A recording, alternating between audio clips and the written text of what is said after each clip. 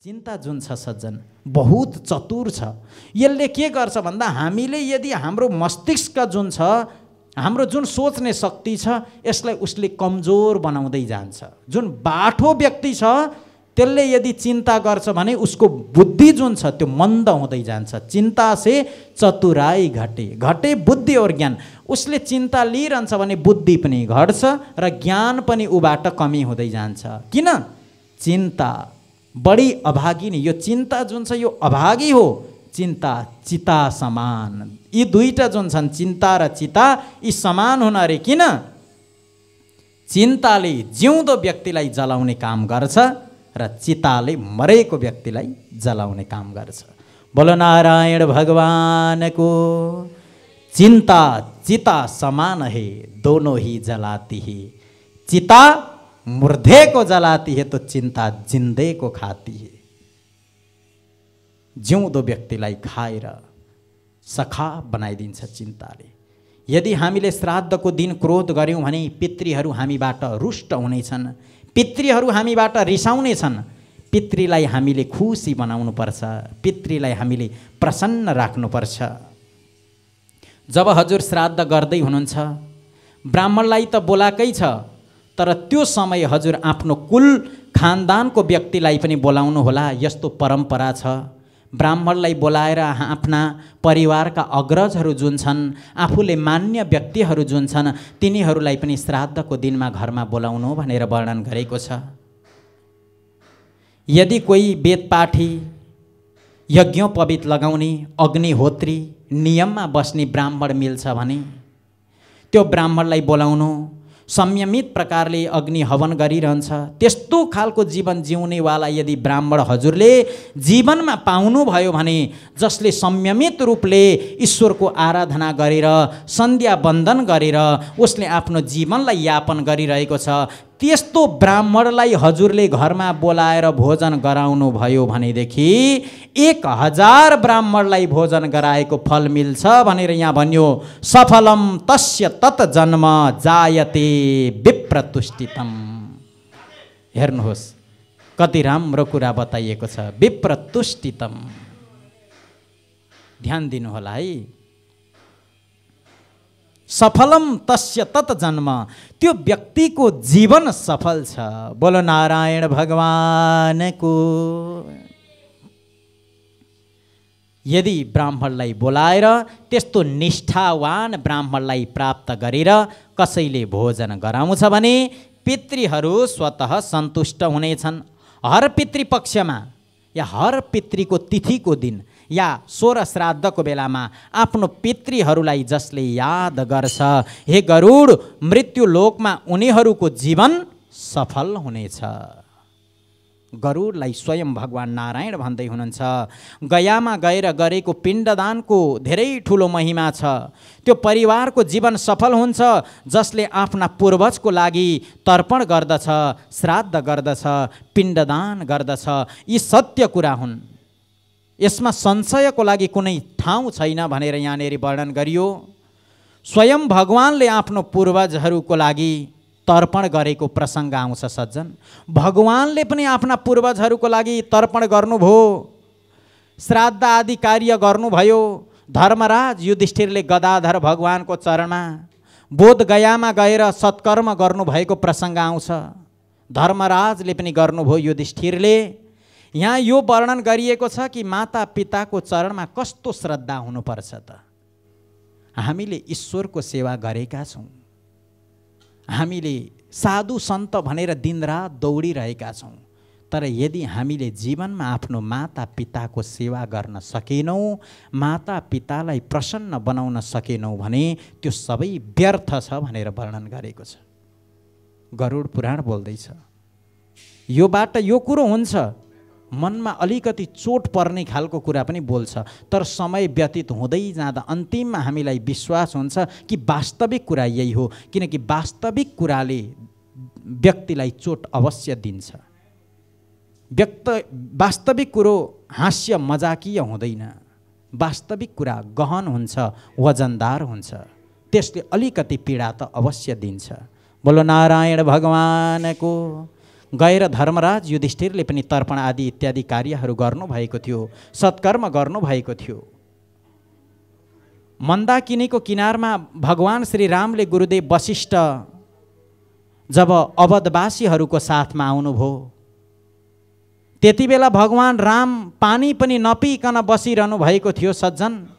त्यति बेला याद गर्नुहोस्, गुरुदेव वशिष्ठले भन्नुभयो, हे राम केही त खाऊ न, अहिलेसम्म केही खाएका छैनौ तिमीले। राम अत्यन्त निराश भएर बस्नु भएको बेला वशिष्ठले भन्नुभयो, पानीसम्म त पिउ न, पानी किन नपिएको तिमीले। त्यति बेला सज्जन भगवान राम रोन लाग्नुभयो। आँखाभरि आँसु पारेर भगवान श्रीरामले गुरुदेवलाई भन्नुहुन्छ, गुरुदेव हामी पुत्रहरूको लागि जुन पिताले दुनियाँ छोडेर जानुभयो, आफ्नो साथमा केही लानु भएन। उहाँहरूले जति चिज यो संसारमा उहाँहरूले कमाउनु भयो त्यो सबै हामी छोराहरूको लागि छोडेर जानुभयो। के त्यस्ता पिताजीको अन्त्य हुँदा मैले एक गिलास पानी एक दिनको लागि पनि नछोडौँ? गुरुदेवलाई रामले प्रश्न गर्नुभयो। आँखाभरि आँसु पारेर सज्जन, त्यस्तो पिताको लागि के एक दिन पानी जल छोड्न हामी सक्दैनौँ र? मृताहनि च कर्तव्यास्त्रीणाम पितरा क्रियो। ग्रन्थको विधान छ, हर वर्ष पूर्वजको लागि तर्पण पिण्ड दिन आवश्यक छ। यो हामीलाई अनिवार्य कुरा हो। अमावस्या यदा पुण्ये रौद्रे चक्षु पुनर्वसु। जसले हर महिनाको अमावस्याको दिन ब्राह्मणलाई बोलाएर भोजन गराउँछ, दान दिन्छ भने एक पटक गराएको भोजनले 12 वर्षसम्म पूर्वज तृप्ति हुन्छन् भनेको छ। एक पटक मात्रै हजुरले अमावस्याको दिन ब्राह्मणलाई बोलाएर भोजन गराउनु भयो भने 12 वर्षसम्म हजुरका पूर्वजहरू पिता पिता महश्चैव, पिताजी पिताजीको पिताजी उहाँको पिताजी, यिनीहरू 12 वर्षसम्म तृप्त हुन्छन् भनेर यसमा स्पष्ट लेखिएको छ। अमावस्या यदा पुष्ये रौद्रे चक्षु पुनर्वसु। त्यो गरो भनेदेखि पितृहरू तृप्ति हुन्छन्। यदि कुनै कारणले हजुरले ब्राह्मणलाई भोजन गराउन पाउनु भएन भने गौहरूको सेवा गर्नुहोस्। ब्राह्मणलाई नै दिनको लागि ब्राह्मण पनि पाइएन, गौ पनि पाइएन भने छोरीको छोरालाई बोलाएर गराउनुहोस्, त्यो पनि पितृले पाउँछ भनेर वर्णन गरिएको छ। यदि त्यो पनि सकिएन भने ज्वाइँलाई बोलाएर दिनुहोस्, त्यो पनि पितृले पाउँछ भनेर वर्णन गरिन्छ। यदि केही पनि पाइएन भनेदेखि सज्जन पितृहरूले पाउनको लागि सूर्यनारायण भगवानलाई प्रणाम गर्नुहोस् त्यो श्राद्ध तिथिको दिन। र भगवान मैले केही पनि पाइनँ, मेरा पूर्वजहरूलाई कुन गति प्रदान गर्ने हो, हजुरले सद्गति प्रदान गर्नुहोस् भनेर प्रणाम गर्नुपर्छ। त्यति गर्दाखेरि पनि पूर्वजहरू प्रसन्न हुन्छन्। यहाँ यही कुरा वर्णन गरियो, यही फल मिल्छ। गरुडले अब सोध्नुभयो, भगवान सबै चाहन्छन् ब्राह्मण घरमा आउन्, ब्राह्मणलाई भोजन गराउँ भन्ने, तर कहिलेकाहीँ ब्राह्मण भ्याउँदैनन्, के गर्नु? ब्राह्मणलाई कति दिन पहिलाबाट बोलाउनु पर्छ त? यदि श्राद्ध आज छ भने आजै बोलाउने हो त ब्राह्मणलाई? भगवान नारायण भन्नुहुन्छ, होइन बाबु, तस्मात् प्रथमं मन्त्रोक्तम द्विजाग्राणाम निमन्त्रणम। अघिल्लै दिन बोलाउनु पर्छ अरे। भोलिपल्ट श्राद्ध छ भने ब्राह्मणलाई अघिल्लो दिन निम्तो गर्ने। तस्मात् प्रथमम द्विजाग्राणाम निमन्त्रणाम। पहिलो दिन, त्यो श्राद्धको अघिल्लो दिन द्विज ब्राह्मणलाई निमन्त्रणा गर्ने। निमन्त्रणा गरेर एक दिन पहिले बोलाइसकेपछि ब्राह्मणलाई भोजन गराउने, दक्षिणा दिने जुन क्रम छ त्यो मैले अगाडि हजुरहरूलाई प्रकाश पारिसकेको छु। दक्षिणा दिने, यदि श्राद्धमा श्रद्धा छैन भने, बिना श्रद्धाको यदि व्यक्तिले श्राद्ध गर्छ भने श्राद्ध गरेको किञ्चित मात्रामा पनि उसले फललाई प्राप्त गर्दैन। अरूलाई देखाउनको लागि यदि श्राद्ध गरेको छ, व्यक्तिले के भन्छ भनेर उसले श्राद्ध गरेको छ भनेदेखि उसलाई फल मिल्दैन। अगाडि यति सुन्दर प्रसङ्ग आउँछ सज्जन, प्रेत को बन्छ, प्रेत कहाँ बस्छन्, भूत प्रेत हुन्छन् कि हुँदैनन्, तिनीहरू यदि छन् भने हामीलाई कुन प्रकारले दुःख दिएका छन्, प्रेतले हामीलाई दुःख दिएको छ भनेर हामीले कसरी थाहा पाउने, यो चाहिँ प्रेत बनो भनेर हामीले कसरी थाहा पाउने, यो पनि हामी आजै सुन्छौँ। बोलो नारायण भगवानको। यदि श्राद्धमा श्रद्धा छैन भनेदेखि त्यसबाट उसलाई अलिकति पनि लाभ प्राप्त हुँदैन। मैले हिजो पनि निवेदन गरेँ, श्राद्ध तर्पण नगर्दा पनि तर्ने भनेको एउटा परिव्राजक सन्त हो, अर्को योद्धा हो जो देश रक्षाको लागि मर्छ। रक्षा गर्दा गर्दै उसको यदि तर्पण श्राद्ध भएन भने पनि ऊ स्वतः तरिसकेको हुन्छ। र अर्को जुन सन्यासी जसले चाहिँ सारा घर गृहस्थीलाई त्यागेर अर्काको दुःख नै आफ्नो दुःख सम्झेर धर्मको प्रचारको लागि निस्किएको छ, उसको कुनै श्राद्ध नभए पनि ऊ स्वतः मुक्त हुन्छ। गरुड पुराणले बोलेको छ। अरू सबैको कर्म गर्न जरुरी छ, बाँकी कोही पनि मुक्ति हुनेवाला छैन कर्म नगरिकन। यहाँनिर वर्णन आउँछ सज्जन, पुराणमा लेखिएको कुरो हो। पूर्वजहरूलाई जे मन पर्थ्यो हामीले त्यही चिज विशेष गरेर अर्पण गर्ने अरे। अब पूर्वजहरूले चाहिँ नराम्रो नराम्रो चिज खान्थे, अब त्यही ब्राह्मणलाई दिउँ, यो होइन। सबैलाई मनपर्ने खीर अरे, खीर ब्राह्मणलाई दिनु। अघि पनि मैले वर्णन गरेँ, खीरको विशेष महत्त्व छ। श्राद्धको दिनमा अनिवार्य खीर पकाउनु होला। जुन खीर चाहिँ ब्राह्मणलाई भोजन गराउँदाखेरि पितृहरू हाम्रा तृप्ति भएर जान्छन्। कुलम चाप्यायते सर्वश्राद्धम प्रकुर्वताम। हजुरहरूले श्राद्ध गर्दा माताको कुल पवित्र हुन्छ र पत्नीको कुल पवित्र हुन्छ र आफ्नै कुल पवित्र हुन्छ। 21 कुल जुन भनियो, आफ्नै आमाको कुललाई पनि श्राद्ध गर्नाले पवित्र बनाउँछ। आफ्नो पत्नीको कुल जुन छ त्यो कुललाई पनि पवित्र बनाउँछ र आफ्नै जुन कुल छ त्यो कुल पनि स्वतः पवित्र हुन्छ श्राद्ध तर्पण आदि इत्यादि गर्नाले। नारायण भगवान भन्नुहुन्छ, हे गरुड, श्रद्धाको साथ श्राद्ध गर्नुपर्छ। श्रद्धाले श्राद्ध गर्नाले वंशको वृद्धि हुन्छ। प्रेतात्मालाई पितृ बनाउनको लागि अद्भुत कार्य हो जुनलाई श्राद्ध भनिन्छ। प्रेतलाई पितृ बनाउनको लागि श्राद्ध गर्नुपर्छ, पिण्डदान आदि इत्यादि अनिवार्य गर्नुपर्छ। यदि जीव प्रेतै भएर घुमिरह्यो भने हजुरको जीवनमा कहिल्यै सुख शान्ति आउँदैन।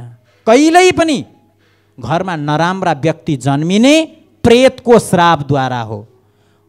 कसैको गर्भमा सन्तान नरहने गरुड पुराणले बोलेको छ, प्रेतको श्रापले गर्दा यस्तो हुन्छ। यहाँ अगाडि पनि वर्णन गरिन्छ, वंश वृद्धि हुन्छ। प्रेतात्मालाई पितृ बनाउनको लागि अद्भुत कार्य यो श्राद्ध हो।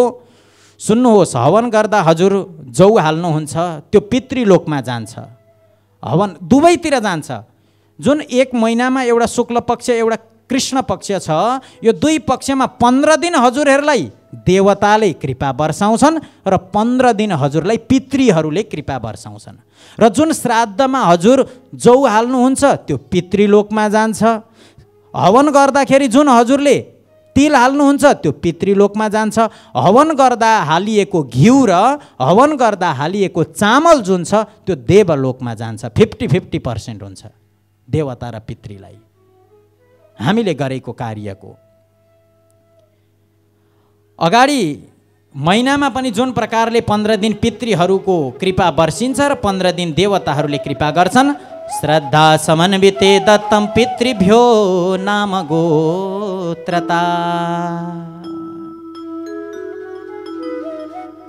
पिढी 7 छन्, 7 पिढी गोत्रको कुरा आउँछ। अब हामी आफ्नो आफ्नो सबैको गोत्र छ। यदि कसैलाई गोत्र थाहा छैन, गोत्र पत्तो भएन, हामी मनुका सन्तान हौँ। हेर्नुहोस्, सबैभन्दा पहिला नारायण, नारायणबाट ब्रह्मा, ब्रह्माका 10 जना पुत्रहरू हुनुभयो, मरीचि, अत्रि, अंगिरा, पुलह, पुलस्त्य, क्रतु, भृगु, वशिष्ठ, दक्ष र देवर्षि नारद। संसारको सृष्टि भएन। ब्रह्माजीले फेरि सृष्टिको क्रम अगाडि बढाउँदा सनकादि 4 कुमारहरूलाई सृष्टि गर्नुभयो। संसार सृष्टि भएन। अगाडिबाट धर्म, पछाडिबाट अधर्म, छायाबाट कर्दम आदि इत्यादि अनेक ऋषिहरूको सृष्टि गर्नुभयो। संसार चलेन। संसार चल्नुपर्छ भन्ने लाग्यो उहाँलाई। तब एक भागबाट मनु महाराज र अर्को भागबाट शतरूपा महारानीलाई प्रकट गर्नुभयो। बोलो नारायण भगवानको। यसरी सृष्टि गरिसके पछाडि हामी मनुका सन्तान हौँ, त्यही कारणले गर्दा हामीलाई मनुष्य भनियो। र यदि हामीलाई आफ्नो गोत्र थाहा छैन भने हामीले काश्यप गोत्र भन्नुपर्छ। जसलाई आफ्नो गोत्र थाहा हुँदैन उसले त्यो, किनकि हामी काश्यपका सन्तानहरू हौँ, कश्यप ऋषिका सन्तान हौँ हामी। यहाँनिर गोत्रको पनि महिमा आएको छ। हाम्रो पिँढीहरू 7 छन्। अब यो हामीले 100 जना 700 जनाको नाम पत्तो लगाउन सक्दैनौँ। हाम्रो अगाडि धेरै व्यक्तिहरू आउनुभयो, धेरैले जन्म लिनुभयो, धेरैले यो संसार छोडेर जानुभयो। किनभने यो एउटा गाडी हो, यो गाडीमा सबैजना अटिँदैन। एउटा व्यक्ति ओर्लिएपछि अर्को व्यक्ति आउने हो। कहीँ पनि यात्रा गर्दै हुनुहुन्छ भने तपाईँ त्यो सिटमा बसिरहनु भएको छ, त्यो सिटमा अर्को अटाउँदैन। एउटा टिभीमा एकैचोटि 2टा कुरा हेर्न सकिँदैन, एउटा टिभीलाई चेन्ज गर्नुपर्छ अर्को कुरा हेर्नको लागि। त्यस्तै प्रकारले यो जुन संसार छ, यो संसार पनि एउटा गाडी समान सम्झनुहोस्। यो संसारमा जबसम्म हजुरबुवा हुनुहुन्थ्यो तबसम्म नाति पनातिले आउने ठाउँ पाएका थिएनन्। जब हाम्रा हजुरबुवाहरू जानुभयो तब नातिले पनातिले आउने ठाउँ पायो। यो त संसार यात्रा हो, नाम लिएर हामी सयौँको सकिँदैनौँ। त्यही भएर हामीले श्राद्धको दिन गोत्रलाई उच्चारण गर्छौँ। गोत्रलाई उच्चारण गर्दाखेरि हाम्रो कुलमा जति पनि जन्मिए ती सबैलाई हामीले गरेको श्राद्ध, हामीले गरेको तर्पण आदिको कार्यहरू सबै उहाँसम्म पुग्छ भनेर वर्णन गरिएको छ। बोलो नारायण भगवानको। त्यसो गर्नाले, गोत्र उच्चारण गर्नाले सबै पितृहरू तर्छन् भनेर भन्यो। गोत्र भनेको त पूर्वज भएको ठाउँसम्म। याद गर्नुहोस्, गोत्र भनेको के हो प्रश्न हुन्छ मनमा। गोत्र भनेको पूर्वजहरू भएको ठाउँसम्म हाम्रो श्रद्धाको आहुतिलाई पुर्याउने यस्तो नम्बर हो गोत्र। हामीले गरेको श्रद्धा त्यो पूर्वजहरूसम्म पुर्याउने नम्बर भनेको गोत्र हो। हजुरहरूले उच्चारण गर्न साथ त्यहाँ पुग्छ। यो चला लक्ष्मी मन चञ्चल छ, जस्तो प्रकारले मन वहाँ पुग्छ त्यसै गरी यो अति शीघ्र रूपले वहाँ पुग्छ। हामीले यहाँ गोत्र उच्चारण गऱ्यौँ, हाम्रो पूर्वजहरूसम्म त्यो कुरो पुगिहाल्छ। गरुड पुराणको वचन हो। सज्जन अञ्जली श्रद्धाञ्जली त्यहाँसम्म पुग्छ। माताहरूले भोजन बनाउँदा केही कुराहरूमा ध्यान दिनुपर्छ। नङ हुनु हुँदैन लामा लामा। यदि ब्राह्मणलाई भोजन गराउनु छ भने नङ लामा नहुन, श्राद्धको अघिल्लो दिन नै नङलाई काट्नु भनेको छ। केस खुल्ला गरेर भोजन नबनाउनु भनेको छ, केसलाई बाँध्नु भनेको छ। विशेष गरेर श्राद्धको दिन नुहाएर हजुरले यदि केसलाई सुकाउन खोज्नुभयो, ननुहाउनु भनेको छ। त्यो दिन त नुहाएर यदि केसलाई सुकाउनतिर लाग्नुभयो र त्यो केस एउटा मात्रै टुटेर ब्राह्मणको भोजनमा पर्यो भने पितृहरूले आँखाबाट आँसु बगाउँछन्, पितृहरू रुष्ट हुन्छन् भनेर वर्णन गरियो यही पुराणमा। यही धुनु हुँदैन, चुटिन्छ, चुट्यो भने पितृ अतृप्त हुन्छन्। अतृप्त मात्रै होइन, तिनीहरू धेरै रुन्छन्, धेरै कष्ट मिल्छ ती पितृहरूलाई। जिन्दगी सज्जन जन्मिएको व्यक्तिले मर्न सुनिश्चित छ। त्यस कारणले गर्दा जबसम्म जिन्दगी रहन्छ फुर्सद जस्तो लाग्दैन। भनिन्छ नि, जब तक रहेगी जिन्दगी फुर्सद न होगी काम से, कुछ समय ऐसा निकाल ले प्रेम कर ले राम से। हामीले पछि पछुताएर केही हुँदैन। वृद्ध भएपछि त मनमा चिन्ता आउँछ। वृद्ध भएपछि चिन्ता लेला, हरि कन भजने कुन हो बेला। बालक हुँदा खेल्दै बितिगो बाल्य अवस्था, तरुणीतिर गो तरुणावस्था। वृद्ध भएपछि चिन्ता लेला, हरिकन भजने कुन हो बेला। मनले नयाँ नयाँ कल्पनाहरू गरिरहेको हुन्छ, मनले नयाँ नयाँ भावनाहरू उब्जाइरहेको हुन्छ। यो मन बडो निष्ठुर छ। अन्तिम अवस्थामा पछुताउनुपर्छ। बिनु विचारे जो करे सो पाछे पछताए। यदि सुरुमा कार्य गर्दाखेरि हामीले मनमानी कार्य गर्यौँ र अन्तिममा पछुतायौँ भने केही हुनेवाला छैन। ईश्वरले जुन सृष्टि गरेको छ, हाम्रो त कर्मको अनुसार फल मिल्ने हो। त्यस कारणले गर्दा हे सज्जन वृन्द हो, हामीले कर्म गर्नुभन्दा पूर्व नै हामीले विचार गर्नुपर्छ। हामीले एक्जाम लेख्ने बेलामा गलत लेख्यौँ भने परिणाम गलतै आउँछ। त्योभन्दा पहिले विचार गरेर लेख्यो भने परिणाम राम्रो निस्कन्छ। राम्रो कार्य गरियो भने परिणाम राम्रो हुन्छ र यमलोकमा जानु पर्दैन। यदि कर्म गर्दाखेरि हामीले नराम्रो कुराहरू गऱ्यौँ भने हामीले जीवनमा नरकको भागीदारी बन्नुपर्छ।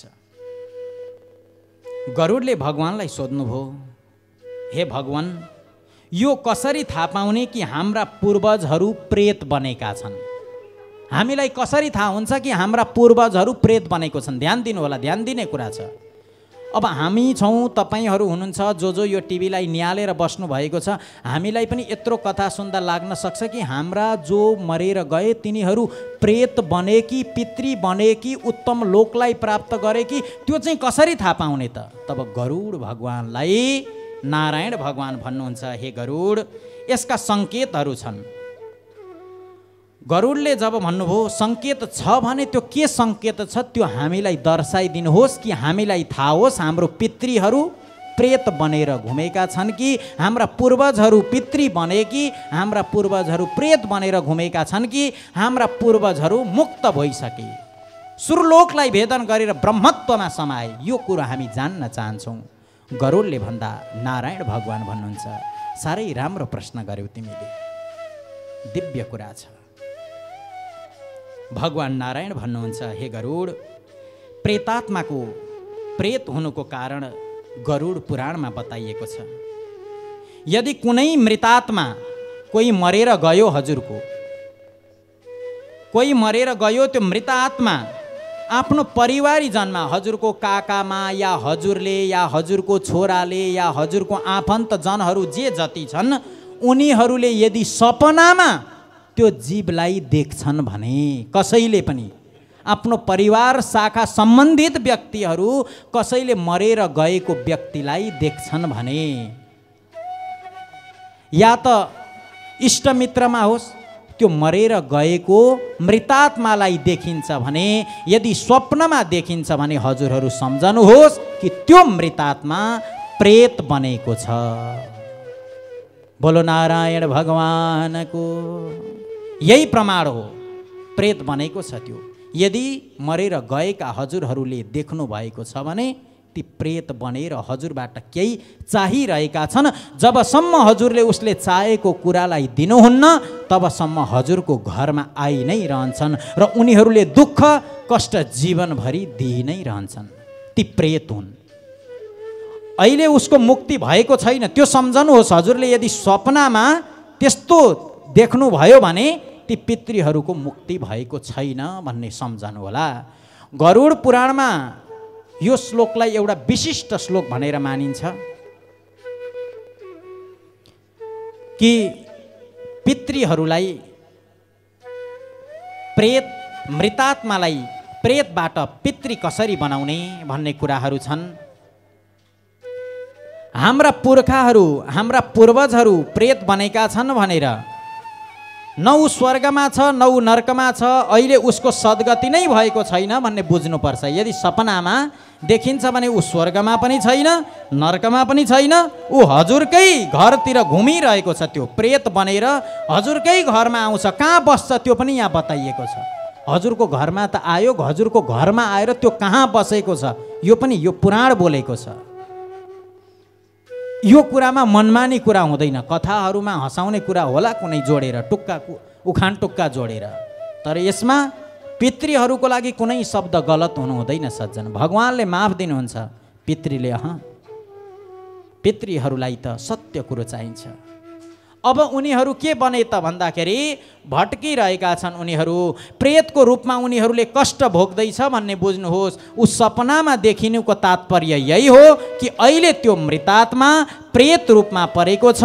उनको उद्धारको निमित्त, आत्मा कल्याणको निमित्त परिवारको जनहरूले एक पुत्रको आवश्यक पर्दछ र जब परिवारमा प्रेत पीडा हुन्छ, प्रेत दोषको लक्षण के हो हेर्नुहोस्। जब पितृदोष भन्नुहुन्छ गुरुहरूले, तर मैले पनि यो हिजो मात्रै पढेको हो। मैले पनि ज्योतिषमा हेर्दाखेरि पितृदोष भएर हजुरको सन्तान भएन भन्ने गर्थेँ, तर पितृदोष हुँदैन अरे सज्जन। पितृहरूले त आशीर्वाद दिने हो, दोष हुन्छ त प्रेत दोष हुन्छ। पितृहरू त देवता बराबर भए, उनीहरूले कहिल्यै पनि दोष दिँदैनन्, उनीहरूले कहिल्यै पनि नराम्रो चाहँदैनन्। पितृहरूले त आशीर्वाद दिने हुन्, हजुरहरूलाई श्राप दिने भनेको त प्रेत हो। र हाम्रो प्रेत दोष भयो भने यस्ता कुराहरू हुने गर्दछन्। यहाँ वर्णन त्यही कुरोको आउँछ। गरुडले सोध्नुभयो प्रेत दोषको लक्षण के हो? लक्षण होला नि गुरुदेव, यो बताइदिनुहोस्। प्रेतको लक्षण के हो? प्रेत दोष भएको कसरी थाहा पाउने त? कसलाई प्रेत दोष लागेको छ? भगवान भन्नुहुन्छ जो मृतात्मा सद्गतिको अभावमा प्रेत नै छ भने ऊ स्वयं पनि कष्ट भोग्छ र परिवारलाई पनि कष्ट दिन्छ। त्यसको केही लक्षण बताएको छ। प्रेतद्वारा प्राप्त हुने केही पीडाको उल्लेख यहाँ आउँछ। जुन परिवारमा माता पिताको गर्भबाट सन्तानले जन्म लिँदैन, जसको गर्भमा सन्तान रहँदैन, पुराणले बोलेको कुरा मैले यहाँबाट वाचन मात्रै गर्दैछु। जसको गर्भमा सन्तान रहँदैन, जसको गर्भैमा सन्तान मर्छ, त्यसलाई प्रेतको दोष लागेको छ।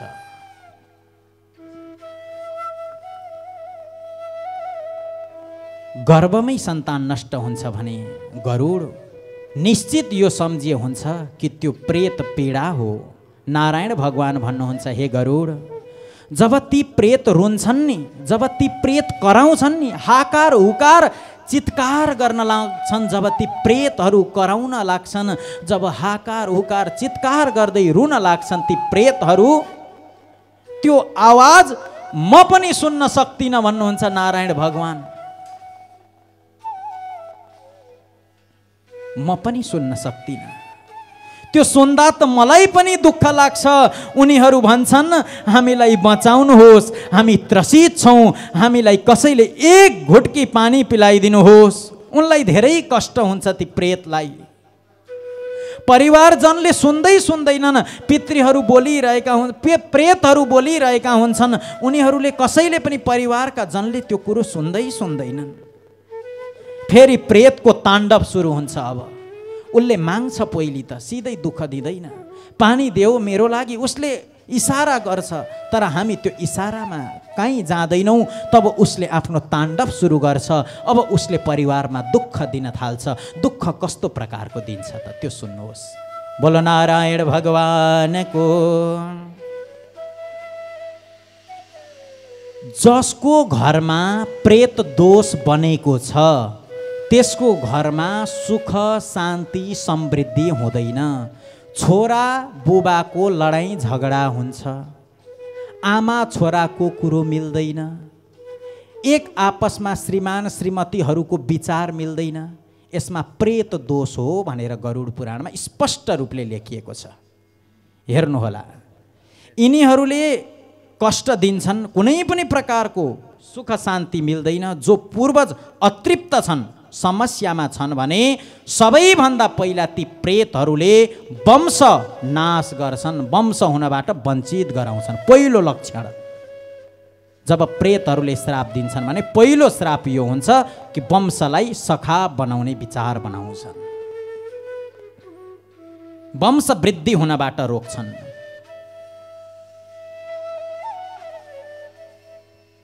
अगाडि वर्णन गरियो सन्तान हुँदैनन्, भए पनि गर्भमै सन्तानको मृत्यु हुन्छ, गर्भमै सन्तान नष्ट हुन्छ, या अल्पायुमै परिवारजनको मृत्यु हुन्छ। यो प्रेत दोष हुँदा यस्तो हुन्छ। व्यापार आदि राम्रो चल्दैन, जुन चलिरहेको थियो त्यो एकैचोटि नोक्सान हुन्छ। सारा व्यक्ति राजा व्यक्तिलाई रङ्क बनाइदिन्छ। यो प्रेत दोषको कारणले गर्दा हो, प्रेत बाधा हो। पूर्वजहरूको असन्तुष्टिले यस्तो गर्छ सज्जन। परिवारमा बिमारी भइरहनु, परिवारमा दुःख कष्ट परिरहनु, जीवनमा कमाएको सम्पत्ति यत्तिकै नष्ट हुनु, यो प्रेत बाधा हो। यदि पूर्वज अतृप्त असन्तुष्ट भए भने यस्तो हुने गर्दछ। ज्ञानी मनुष्य, बुझ्ने मनुष्य बुझ्छ कि व्यक्तिले जीवनमा के गर्नुपर्छ भन्दा उसले त बुझिहाल्छ। अबुझले भन्छन् यो केही हुँदैन, तिनले धेरै कष्टलाई प्राप्त गर्छन्। आउनुहोस् अब हामी एउटा भजन सुन्नेछौँ, त्यस पछाडि मात्रै यहाँभन्दा अगाडिका प्रसङ्गहरू हामी श्रवण गर्नेछौँ। त्यस समयसम्मको लागि एउटा हामीले भजन सुनौँ। भजन सुने पश्चात हामी यो अगाडि प्रेतहरू कसरी घुमिरहेका छन्, को चाहिँ हाम्रो घरमा सन्तानको रूपमा आउँछ, कुनै कुनै सन्तानले हाम्रो घरमा आएर सारा धन सम्पत्ति नष्ट गरिदिन्छ, हाम्रो पुत्रले माता पितालाई पिट्छ, त्यस्तो पुत्र कसरी जन्मिन्छन् त्यो विषयमा पनि हामी श्रवण गर्नेछौँ। बोलो गोविन्द भगवानको जय हो, बोलो नारायण भगवानको जय हो। भगवान भन्नुहुन्छ, हे पक्षीराज गरुड, जब एउटा परिवारमा प्रेतले यस्तो प्रकारले बाधा गरिदिन्छ, सन्तान हुँदैन, व्यापार बन्द हुन्छ, सुख हुँदैन, मन चञ्चल हुन्छ, मन एक ठाउँ केन्द्रित हुँदैन, हर प्रकारको समस्या यो प्रेत बाधाको कारणले गर्दा हुन्छ। नारायण भन्नुहुन्छ, गरुड, यो देख्दाखेरि त मलाई पनि दुःख लागेर आउँछ, तर म केही पनि गर्न सक्दिनँ, किनकि मैले वचन दिएको छु कि जुन घरमा जुन परिवारमा तिमीलाई मान्दैनन्, पूजा गर्दैनन्, त्यो परिवारमाथि देवताहरूले पनि कृपा गर्दैनन्। सज्जन, जहाँ हामीले पूर्वजहरूलाई सम्मान गर्दैनौँ, जहाँ हामीले ती हाम्रा पुर्खाहरूलाई स्मरण गर्दैनौँ भने त्यहाँ ती प्रेतहरूले हामीलाई दुःख दिन्छन्। भगवान भन्नुहुन्छ, तिनीहरूले दिएको दुःखलाई टार्न त म सक्दिनँ। व्यक्तिले भन्छन्, भगवानले मलाई सन्तान दिनु भएन, भगवानले मेरो काम बिगारिदिनु भयो, यो काम बिगार्ने जिम्मा मेरो होइन, काम बिगारेको त प्रेतले हो, सन्तुष्ट नभएर हो। प्रेत दुखी भयो भने यस्तो भन्छ। यहाँ यही कुरालाई वर्णन गरियो, यही कुरालाई निवेदन गरियो। सज्जन, जब भगवानले रुँदै रुँदै भन्नुभयो, यो मैले गरेको होइन, जहाँ प्रेतहरूको पितृहरूको सम्मान हुँदैन, जहाँ पुर्खाहरूलाई केही कुरा दिँदैन, त्यहाँ देवताहरूले पनि कृपा गर्दैनन्। गरुड पुराणमा लेखिएको छ, माता पिताको सेवा गर्ने सबैले याद राख्ने।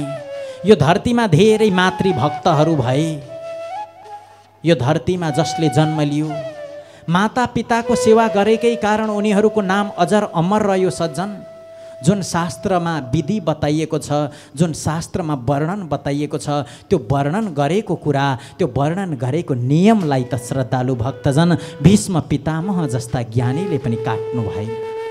बोलो नारायण भगवानको। किन यस्तो भयो त?